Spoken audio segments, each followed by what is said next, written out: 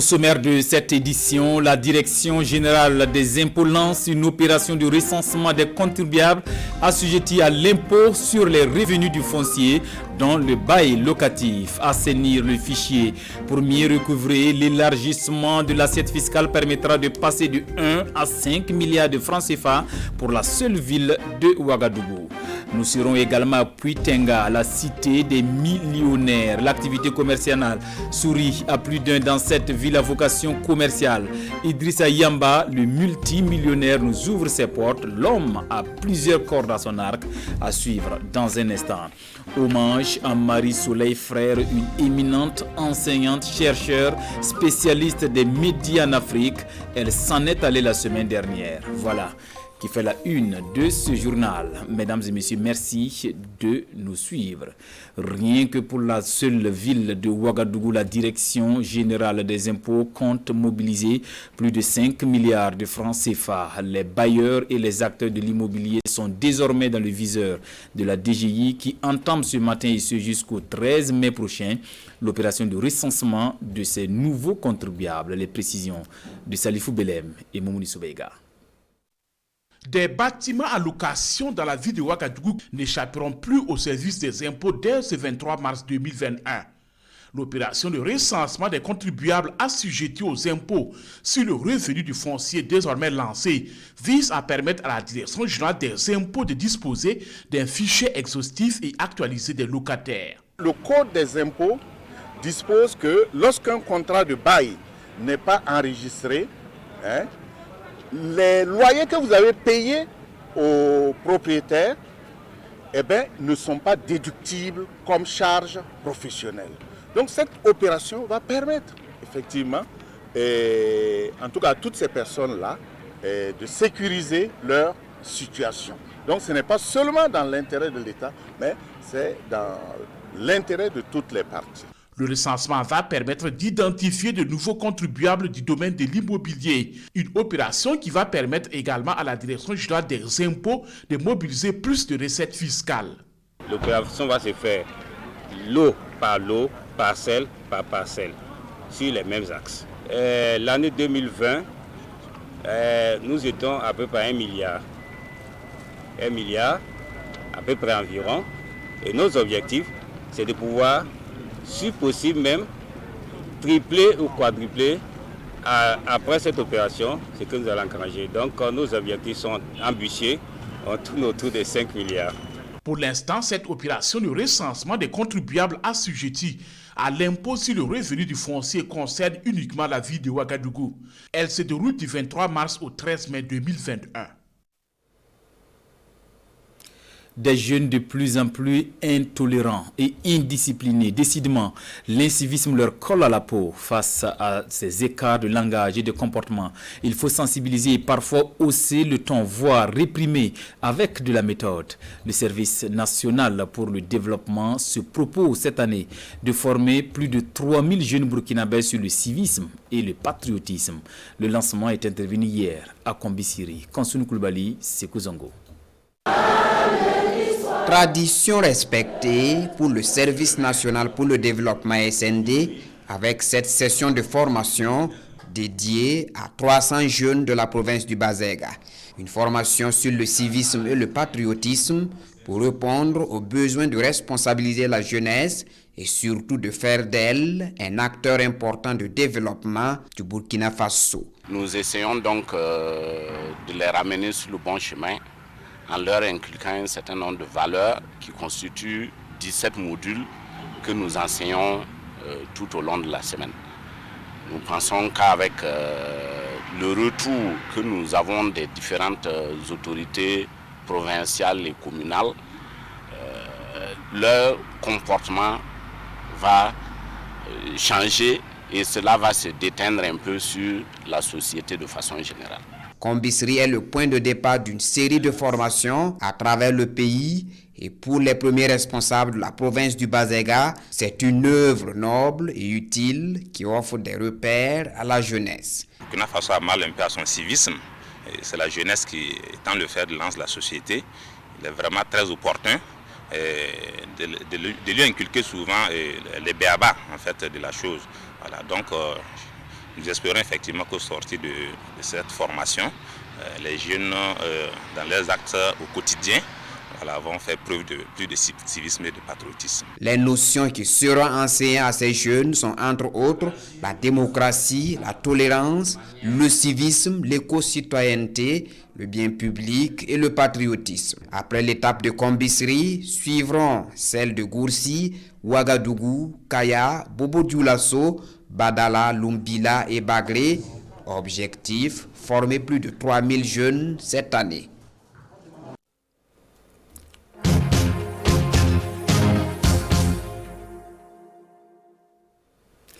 Une semaine à Puitenga, puisqu'on y est, zoom sur l'activité commerciale dans cette ville à vocation commerciale. Des commerces installés le long des artères de la ville, même les ruelles font office de marché. Plus de la moitié de la population de Puitenga exerce dans le commerce. Gira Somé et Amandine Lalsaga. Reportage.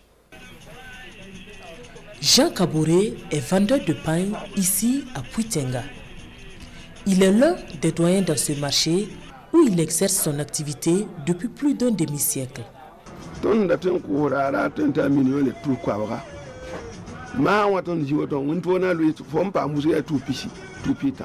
Avant, je pouvais vendre jusqu'à 1 500 000 par jour. Toute la région de l'Est fréquentait le marché. Je suis là depuis plus de 55 ans. Mais l'histoire du commerce à Puitenga remonte à bien plus loin. Cette route qui longe le côté est du barrage à l'entrée de la ville et qui traverse le secteur 2 existe depuis la période coloniale. C'est ici que se passaient les transactions commerciales. Nous sommes sur ce qu'on appelle la route du Sahel, là, qui va depuis la Mauritanie, qui passe par le barrage que vous avez contourné, qui continue jusqu'au Sahel et à Tenga jusqu'au Mali là-bas. C'est une zone qui a toujours été active, même avant l'arrivée des Blancs. Parce que dans cette zone-là,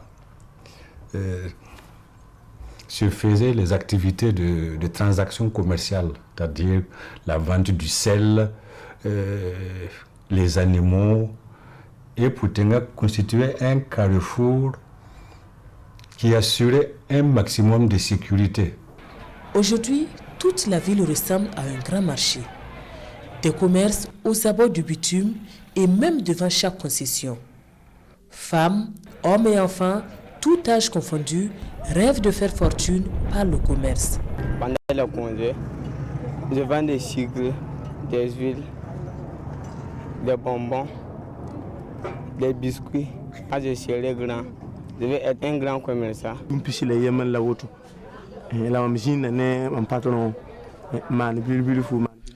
Moi, je suis dans le commerce depuis maintenant plus de 20 ans. Le commerce est dans notre sang. Nous sommes venus trouver cette situation et on s'en sort très bien. C'est une ville commerciale. Les gens quittent les campagnes pour venir.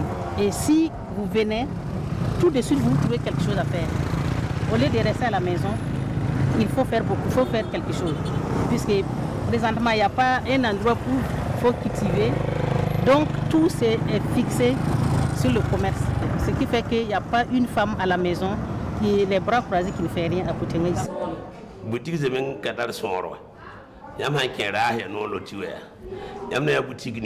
Dans ce marché, par exemple, il est dur de connaître le nombre exact de boutiques. Il y en a tellement, et si quelqu'un a du mal à écouler sa marchandise, un commerçant la rachète pour lui permettre de s'en sortir.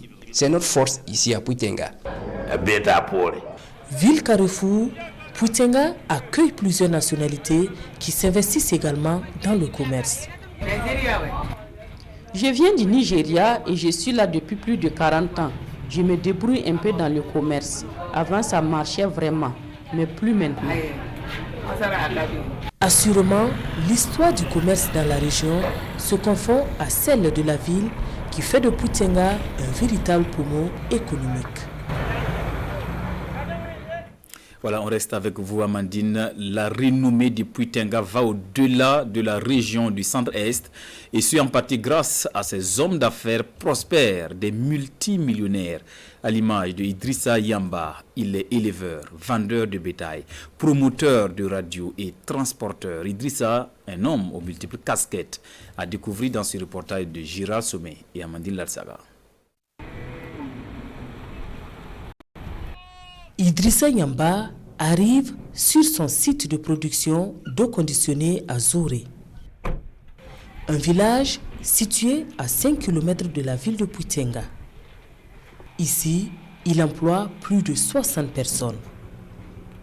Un rapide tour du propriétaire, rien à signaler. Direction ensuite cette ferme, où Idrissa Yamba élève de petits et de grands ruminants. Des centaines d'animaux pour la plupart exportés dans la sous-région. Il est aussi propriétaire de radio à Puitenga et à Bitou. L'homme a également fait fortune dans le transport. J'ai quelques remorques que j'utilise dans le transport. Je cultive également sur une dizaine d'hectares. Je suis aussi représentant d'un distributeur de gaz butane. Pour l'usine d'eau, on a quand même eu du mal à l'installer. J'ai dû débourser près de 60 millions.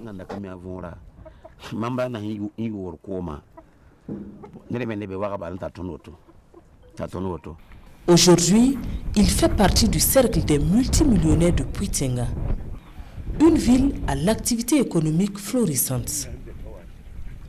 Âgé de 58 ans, Idrissa Yamba nous raconte ses premiers pas dans le commerce.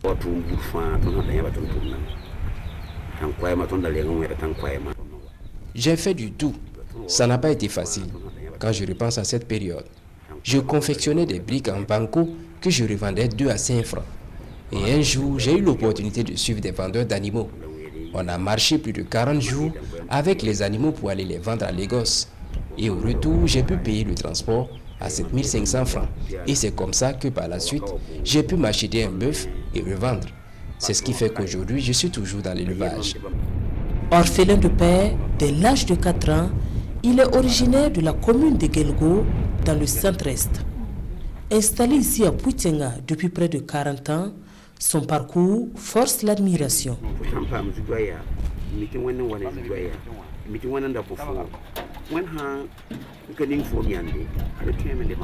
J'ai eu beaucoup de problèmes, mais ma foi en Dieu m'a toujours sauvé. J'ai été arrêté à plusieurs reprises, mais à tout moment je suis relâché. Mais dans la vie, quand tu réussis, ça crée des jaloux. Des gens sont même allés raconter que j'ai tué un bœuf pendant le coup d'État et que je dois être sûrement complice. Juste pour vous dire que dans la vie, il faut être prudent, même avec tes proches.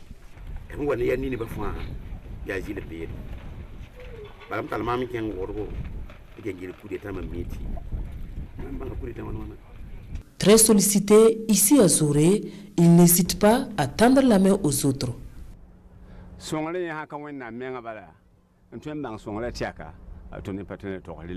Il nous aide tous ici à Zoré. Il emploie tout le monde dans son usine et lorsque tu viens avec un problème, tu lui parles, le sourire aux lèvres.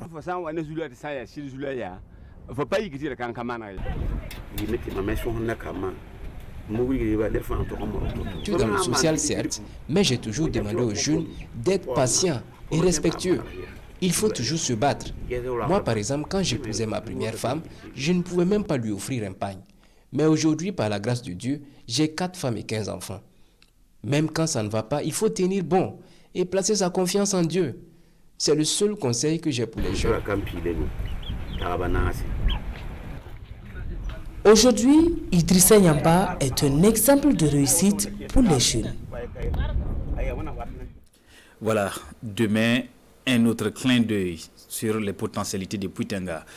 Une triste note dans cette édition. Le 18 mars dernier disparaissait une éminente enseignante-chercheur spécialiste des médias en Afrique, Marie-Soleil Frère, puisque c'est d'elle qu'il s'agit, a été entre autres enseignante-chercheur au département des arts et communications de l'Université de Ouagadougou. Elle a fortement contribué à la formation d'une élite de journalistes au Burkina Faso et dans la sous-région et à servir de passerelle au monde des intellectuels africains et européens humains et celui des arts et de la culture. Que retenir de son travail de recherche et académique, mais aussi son dynamisme sur le plan intellectuel? Élément de réponse avec Adama Guiti et Fousseni Kindo.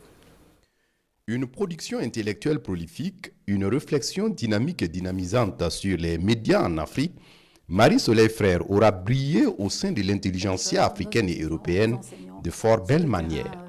Ses ouvrages écrits seuls ou avec d'autres auteurs donnent à apprécier une large connaissance des médias africains et leur rôle dans les évolutions politiques en Afrique francophone. Et nous avons parcouru pour ce faire tout le Burkina pour faire ce travail. Et je me souviens bien qu'elle m'a beaucoup épaté. Parce que quand on arrivait quelque part, elle avait un sens de l'anthropologie de la communication qui était remarquable. Non seulement elle s'adaptait, mais elle s'intégrait plus facilement que moi dans les milieux ruraux. Au-delà de cette production intellectuelle abondante, Marie-Soleil Frère, arrivée au département Arts et Communication de l'Université de Ouagadougou dans les années 1997-1998, a travaillé aux côtés du professeur Serge Théophile Balima à restructurer le département pour une meilleure formation des journalistes et communicateurs au Burkina Faso. Elle s'est investie, elle m'a beaucoup accompagné dans la restructuration des programmes d'enseignement, parce qu'il fallait, au niveau du département, qui était initialement quelque chose qui était axé sur le théâtre et sur les arts, transformer cela en département de communication et journalisme. Je retiens d'abord la pédagogue. C'est quelqu'un qui avait la pédagogie.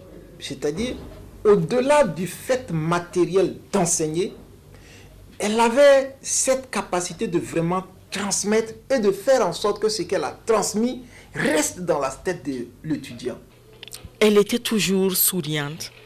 Elle savait vous montrer, vous transmettre. Elle savait vous transmettre son savoir sans vous rabaisser, tout en vous galvanisant.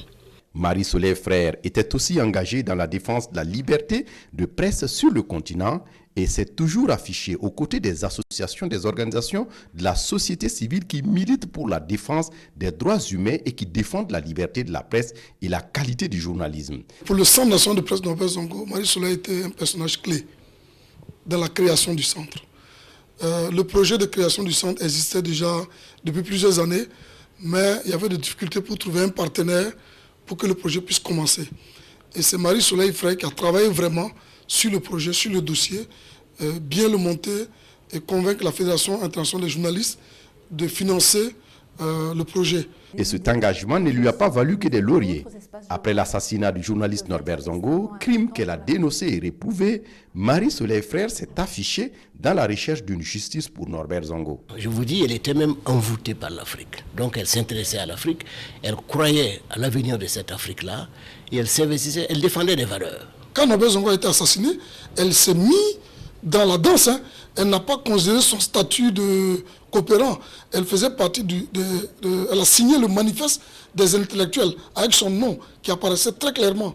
Et donc elle a pris un engagement très sérieux dans la lutte pour la justice pour Norbert Zongo. Marie-Soleil Frère, l'Africaine, elle l'a été pour son mariage avec l'Afrique et le Burkina Faso, mais bien plus avec l'artiste et homme de culture Étienne Minungu, fondateur des Récréatrales, l'un des grands festivals de théâtre au Burkina Faso et sur le continent. Marge des éditions des Récréatrales, Marie-Soleil organisait des colloques et comme vous l'avez dit tout à l'heure, elle élargissait le monde du théâtre au monde des enseignants, des étudiants, ce qui certainement a contribué à enrichir le festival, à le faire connaître par le monde estudiantin, le monde des chercheurs.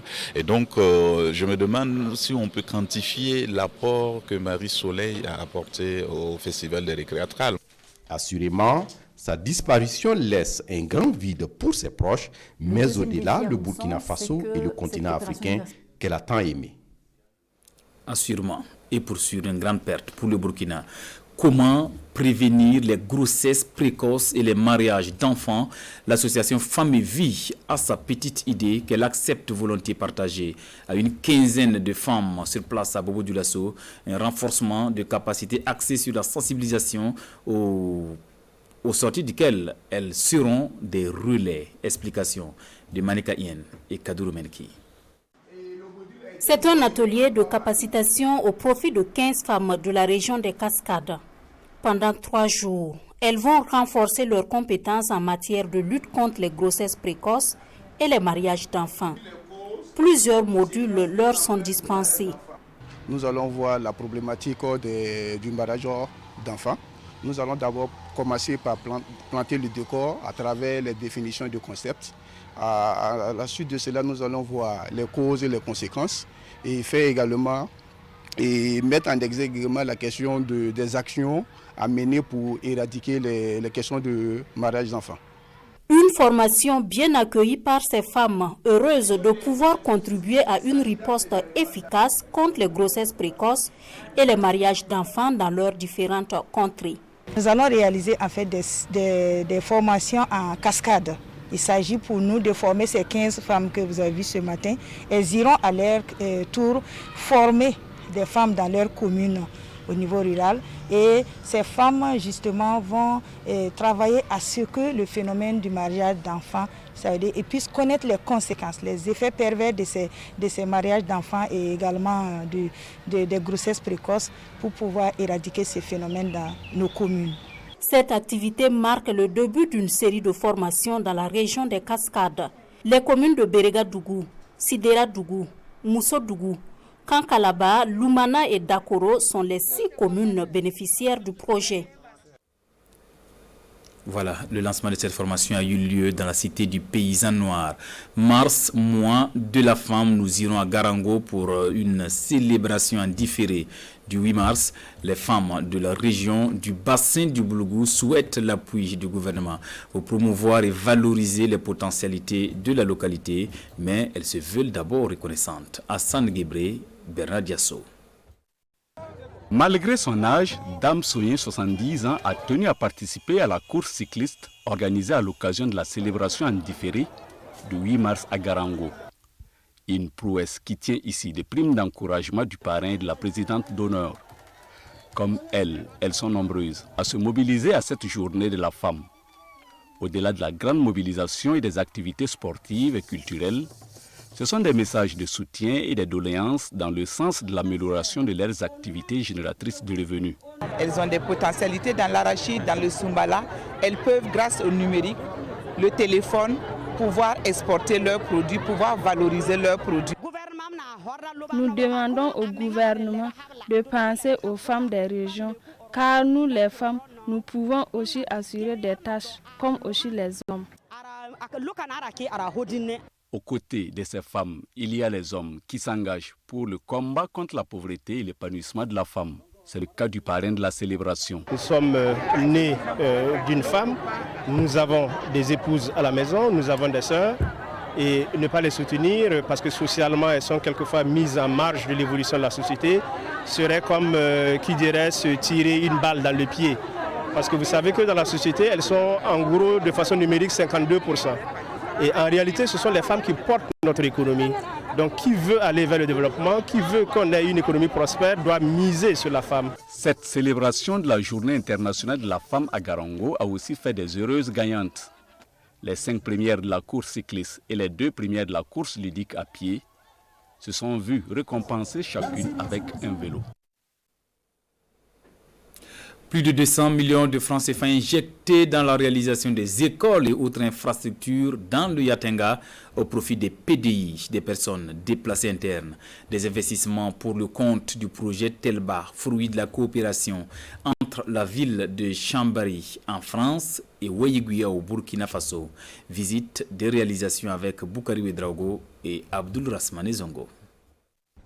Le projet Telba, issu de la dynamique partenariale entre la commune de Ouéguia au Burkina Faso et la ville de Chambéry en France, a clos officiellement ses portes le mois de février dernier et sur un satisfecit général.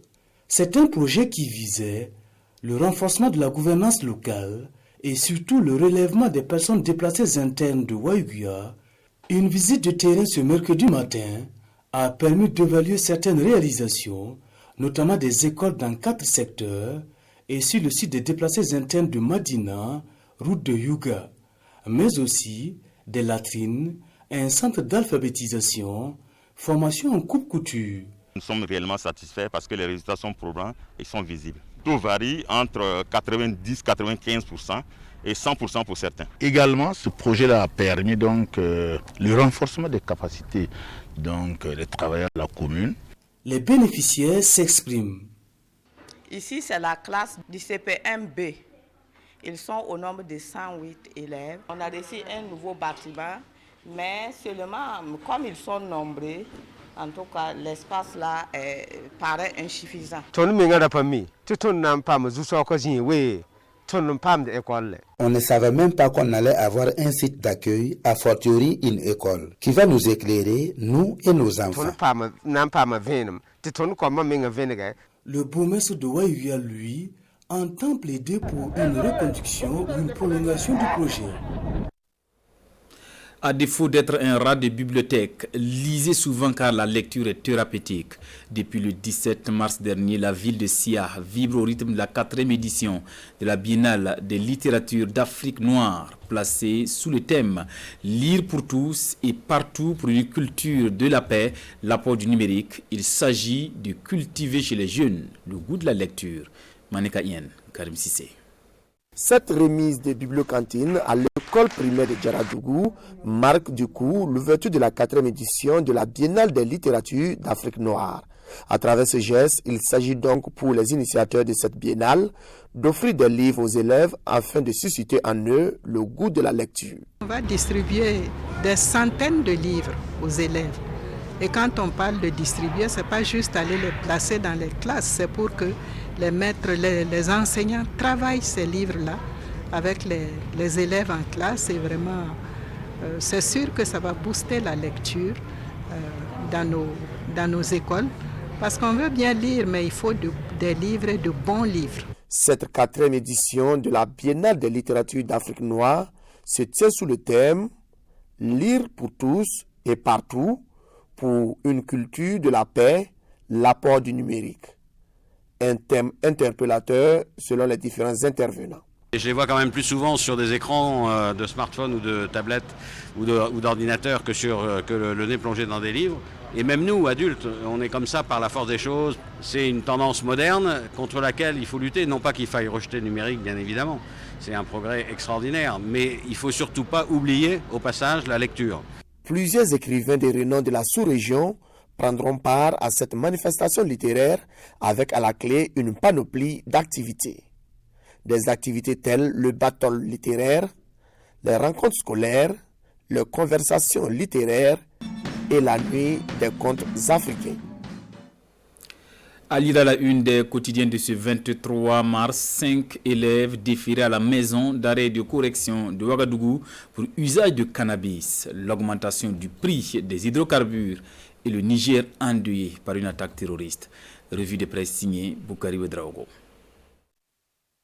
58 morts après l'attaque du 15 mars dernier, le Niger compte à nouveau des morts après un nouvel assaut des terroristes dans 3 localités à l'ouest du pays, nous informe le quotidien de Tassidoya.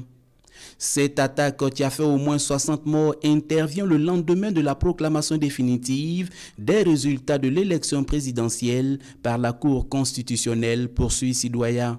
De quoi fait dire à l'Obs qu'un nouveau président averti en vaut 3 points de suspension. Pour l'Obs, cette série d'attaques pourrait être un message en lettres de sang adressé au nouveau président élu du Niger. Le journal prend le président élu au mot qui affirmait dans son premier discours, après la proclamation des résultats provisoires, que la sécurité serait sa priorité. Au journal de poursuivre qu'il est maintenant temps de passer des mots aux actes pour que la peur change définitivement de camp.